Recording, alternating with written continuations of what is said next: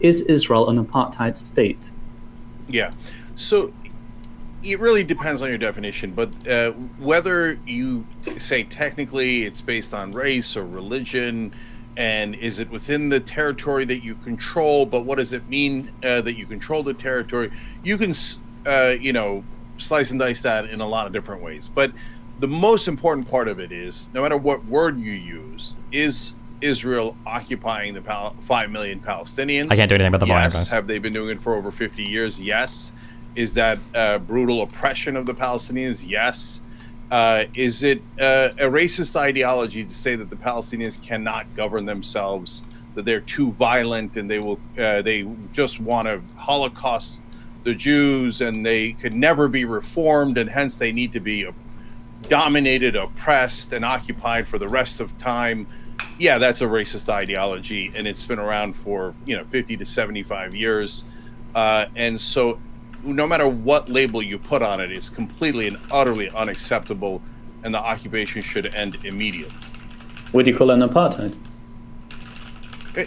Look, I don't mind calling it an apartheid. Yes, it is a version of apartheid. So in South Africa, it was white people doing it to black people within the same country. Here, eventually, it should be two different countries, but Israel effectively controls all of that land and is doing it based on Palestinians.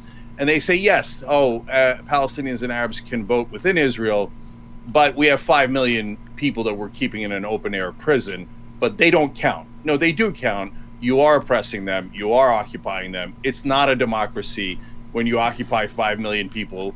They don't have any sovereignty. So I don't feel uncomfortable calling it apartheid. If people catch feelings over that, well, then end the occupation, and then we'll call it a democracy, and everybody will be happy with the two-state solution. And by the way, that'll make Israel much more safe. I mean, the whole point of Israel was to be a safe haven for oppressed Jews throughout the world. And as long as you continue to occupy the Palestinians, well, you're never going to get a safe haven, because who would agree to be occupied? Which people, whether they're race, religion, nationality, ethnicity, would say, yeah, we accept permanent occupation and we love our occupiers. They're such wonderful people who do daily humiliation of us and take away our sovereignty. And golly gee, occupy us for as long as you like. No, they'll fight you, of course. And then you'll pretend to be outraged and you'll say, oh, I can't believe it. These no good terrorist savages. We need to occupy them another decade or so. No, end occupation immediately.